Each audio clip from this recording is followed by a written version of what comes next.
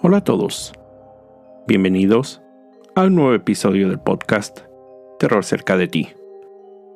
Como cada capítulo, quiero agradecer a todos los que semana a semana escuchan el podcast, así como dar la bienvenida a los que lo hacen por primera vez. No olviden seguirme en Spotify y calificar y dejar un comentario en iTunes. Esto ayuda a que el podcast llegue a más personas.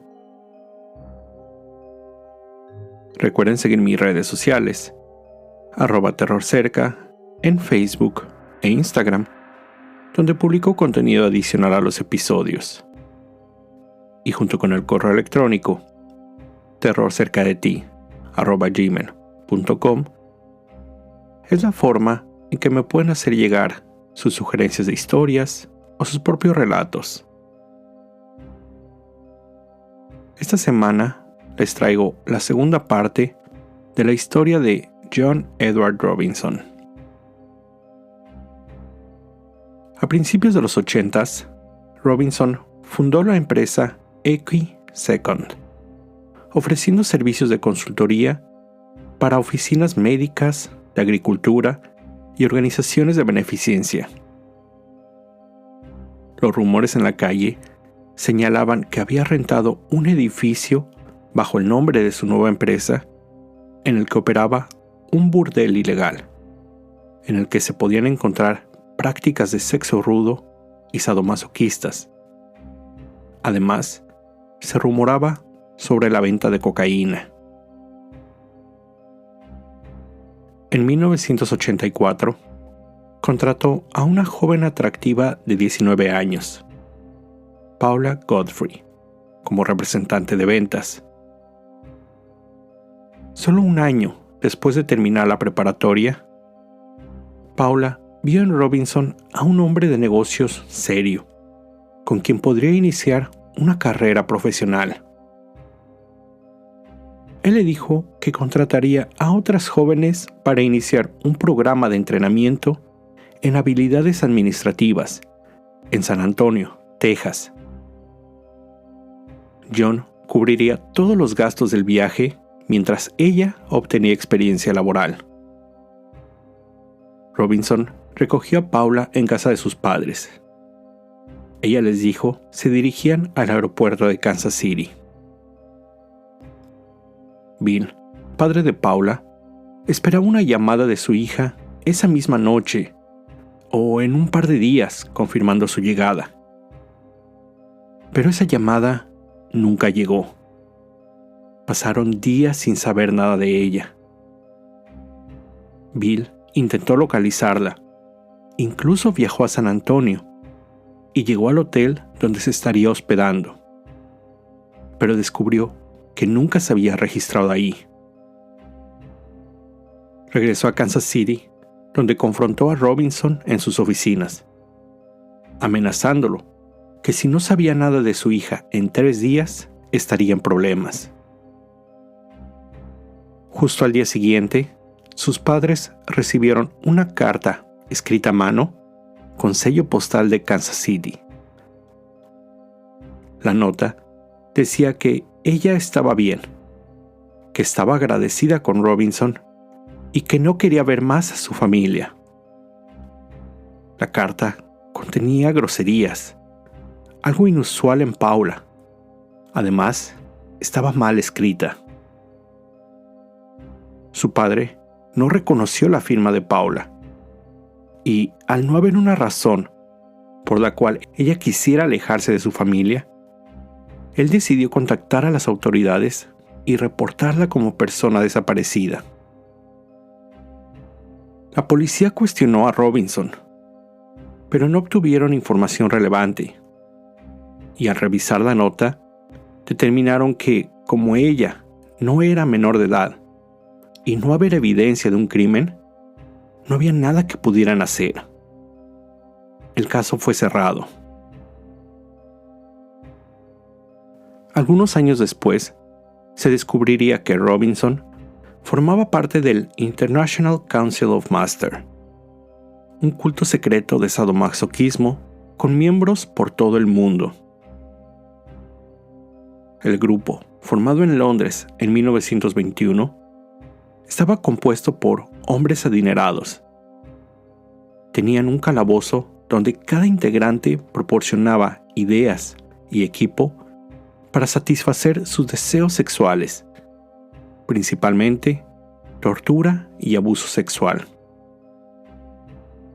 Los hombres, llamados maestros, buscaban una pareja a quien dominar, conocida como esclava.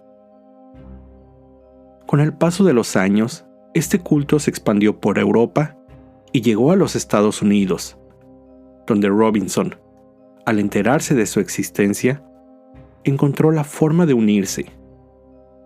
Una vez dentro, fue conocido como Slave Master, debido a su habilidad de llevar nuevas esclavas.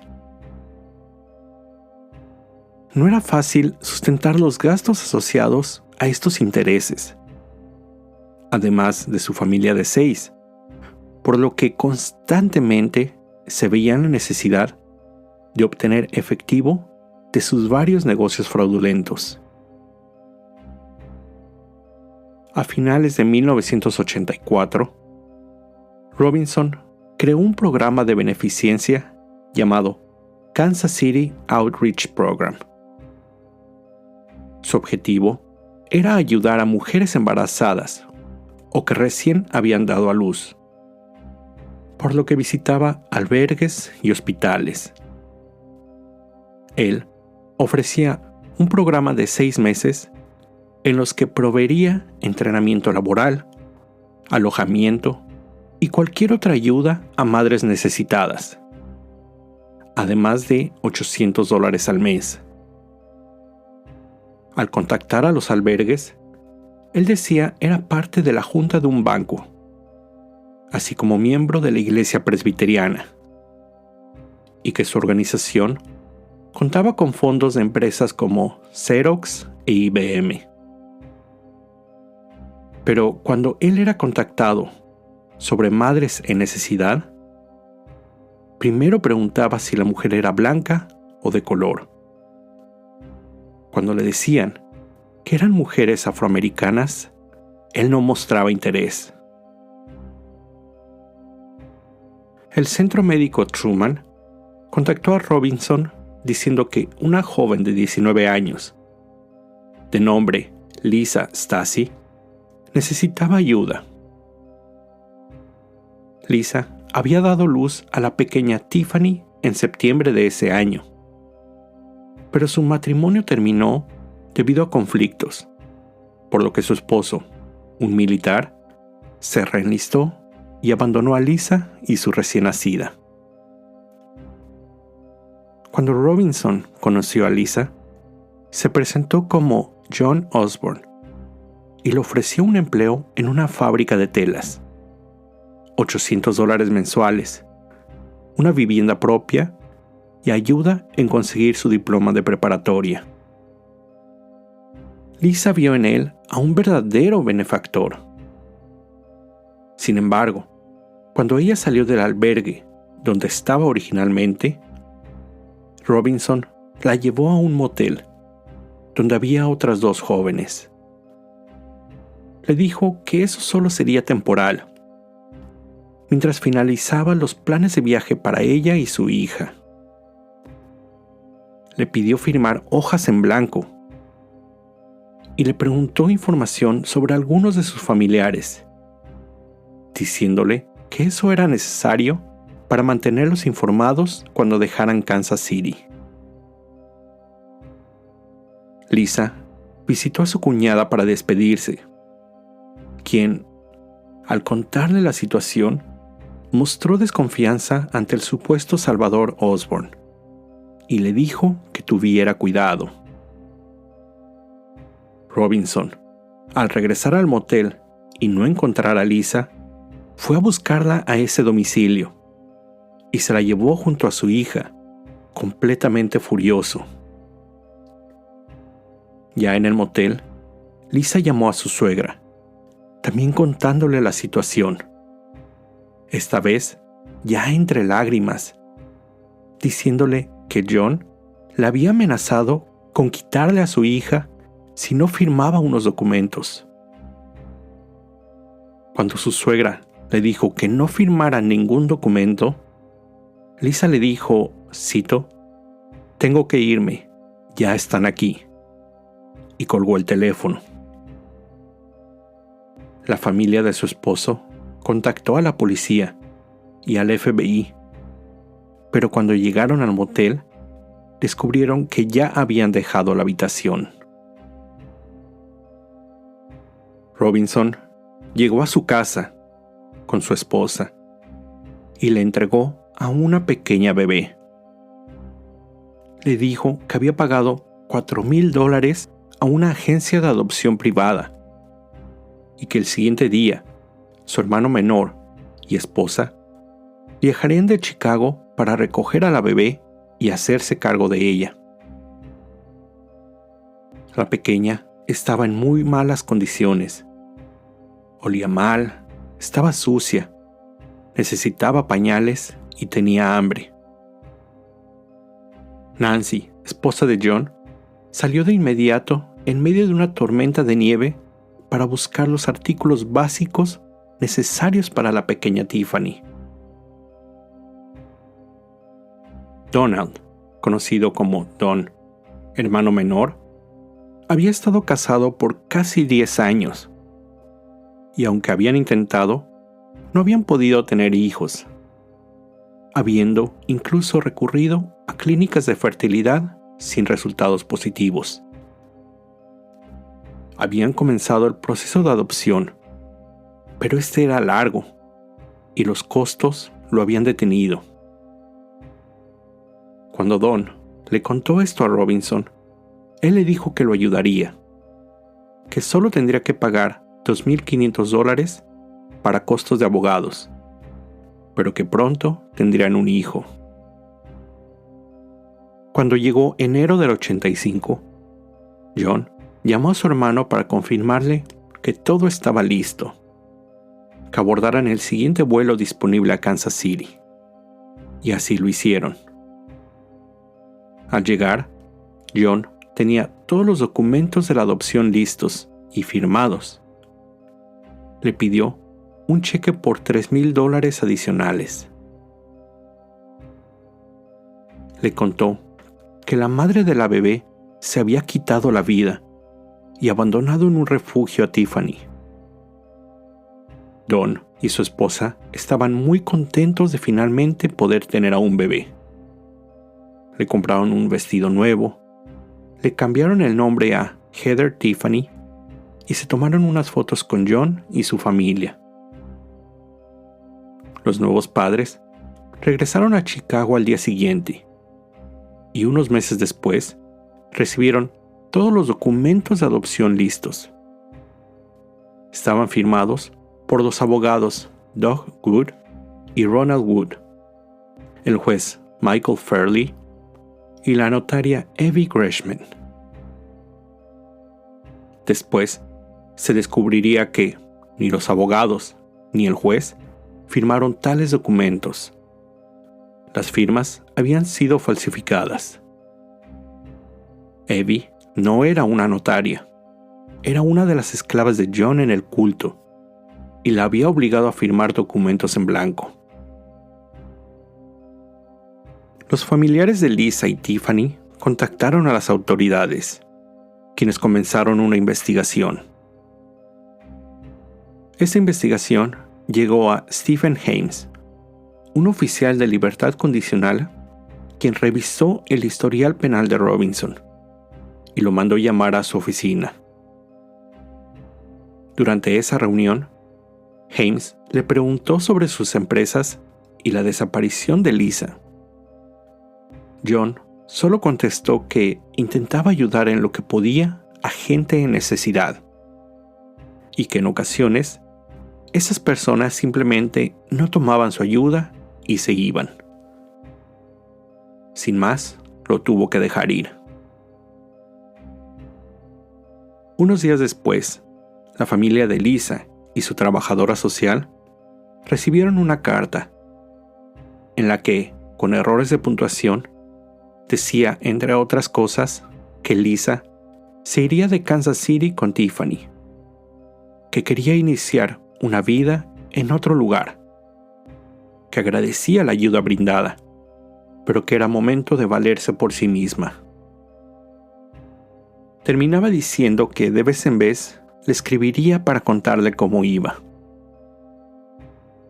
Cuando la policía interrogó a Robinson, él les dijo la misma historia, que Lisa supuestamente había contado en sus cartas, por lo que las autoridades, sin evidencia, tuvieron que dejar de buscar a Lisa y Tiffany.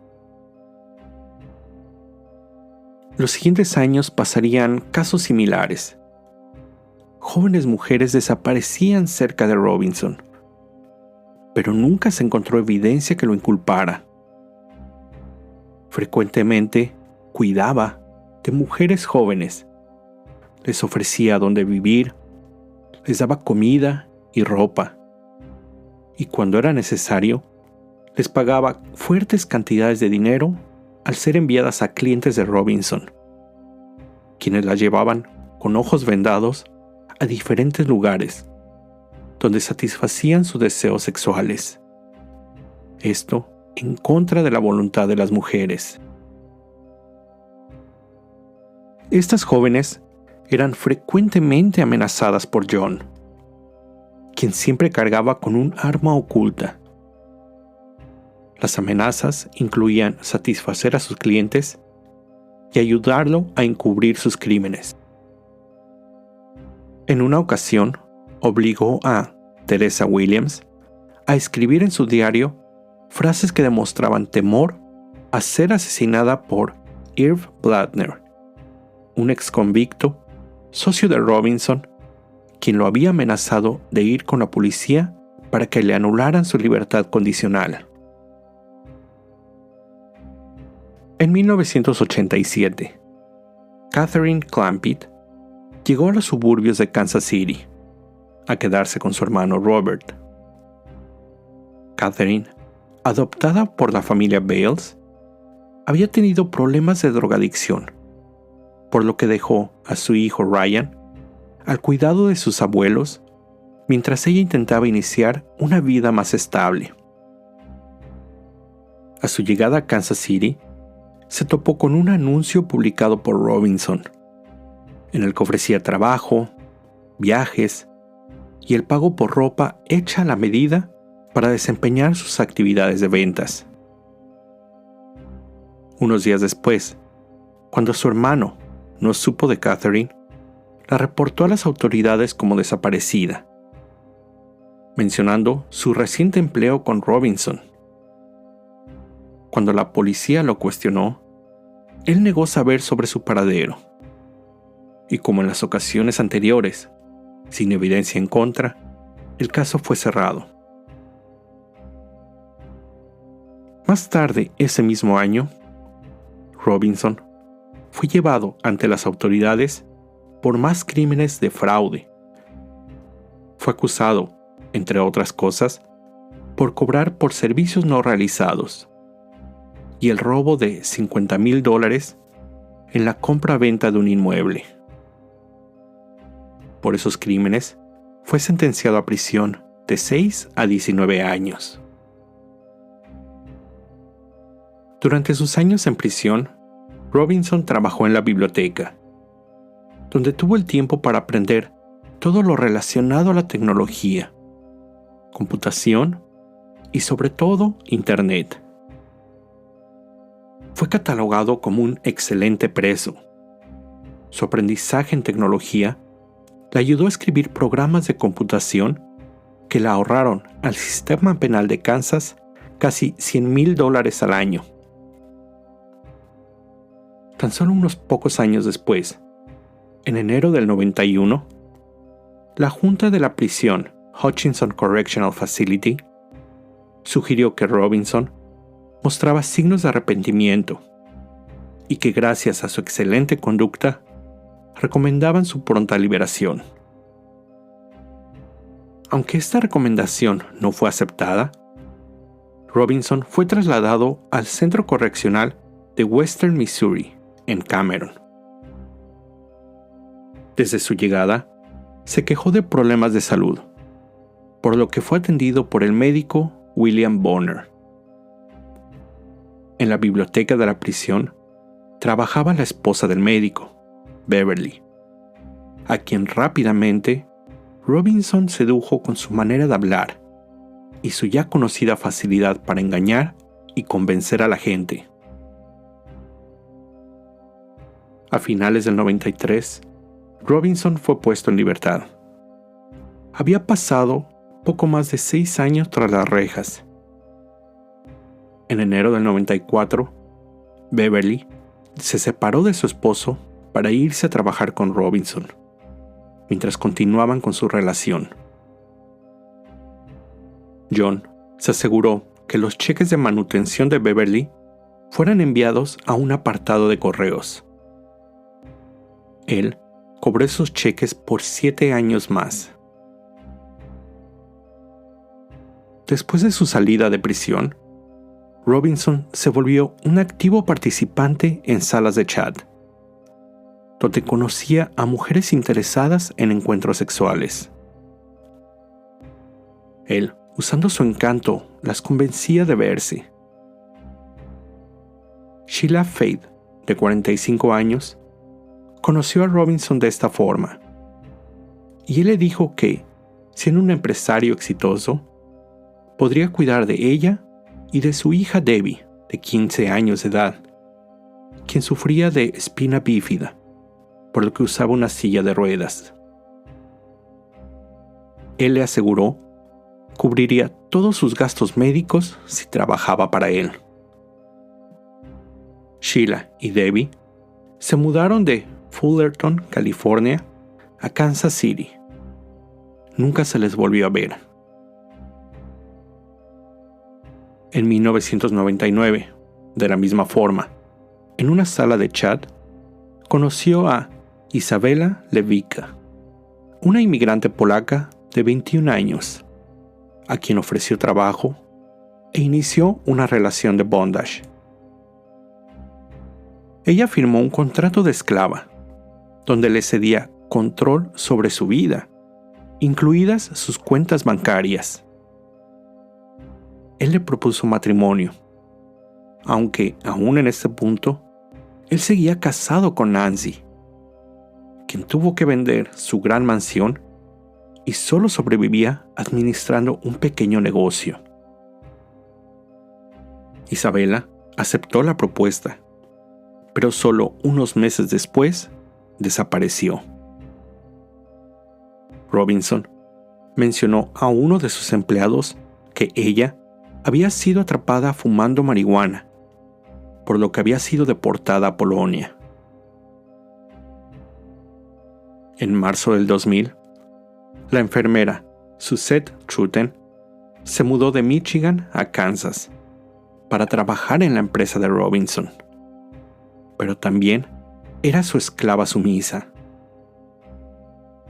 La madre de Suzette frecuentemente recibía cartas de su hija, escritas en máquina de escribir y firmadas por ella, supuestamente enviadas desde sus muchos viajes, aunque el sello postal siempre indicaba Kansas City. Las cartas incluían múltiples errores, lo que siempre asombró a su madre. Finalmente, Robinson le escribió diciendo que Suzette se había escapado con un conocido después de haber robado dinero de su empresa. Durante todos estos años, las autoridades habían seguido la pista de Robinson. Sin embargo, a pesar de las múltiples acusaciones, no habían podido encontrar pruebas suficientes de ningún crimen. En junio del 2000, una mujer levantó cargos por agresión sexual y robo contra él. Esta acusación dio a la policía el motivo que necesitaban.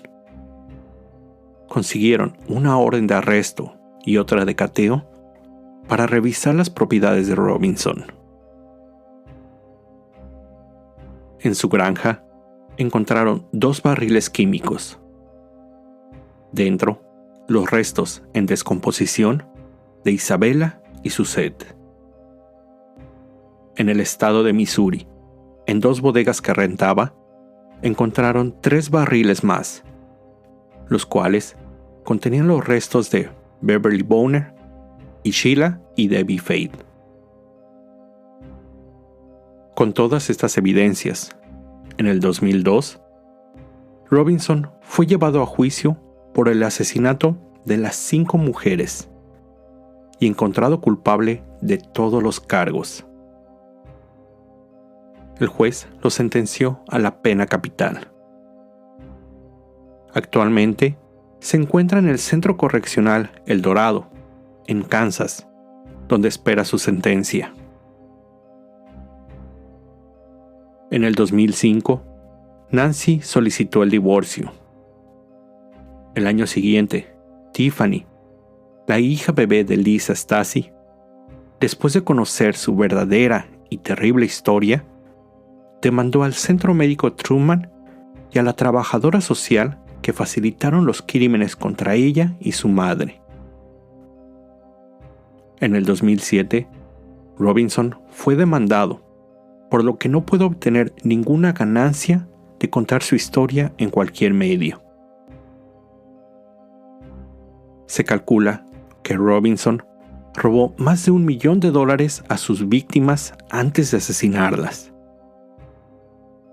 Él es un asesino serial conocido por la facilidad que tenía de ser 2 personas totalmente diferentes casi al mismo tiempo.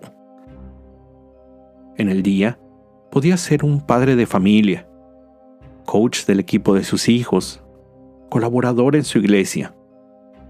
Pero en la noche, era un ser calculador, salvaje, un depredador. Asimismo, debido a que en sus últimos años, Robinson empleó la tecnología, principalmente el Internet, para acechar y conseguir nuevas víctimas, diversos medios le dieron el nombre de el asesino del Internet. Este caso ha inspirado un gran número de artículos y libros, entre los cuales se encuentra Anyone You Want Me to Be, A True Story of Sex and Death on the Internet, a Lisa Drew Book, escrito por John Douglas y Stephen Singular, de donde en gran parte me basé para escribir esta historia. Esta fue la historia de John Edward Robinson. Con esto llego al final de este episodio. Como siempre, te recuerdo estar alerta de todo lo que pasa a tu alrededor, ya que el terror está donde menos te lo esperas. El terror está cerca de ti. Cuando el miedo se convierte en terror, hay una historia que contar.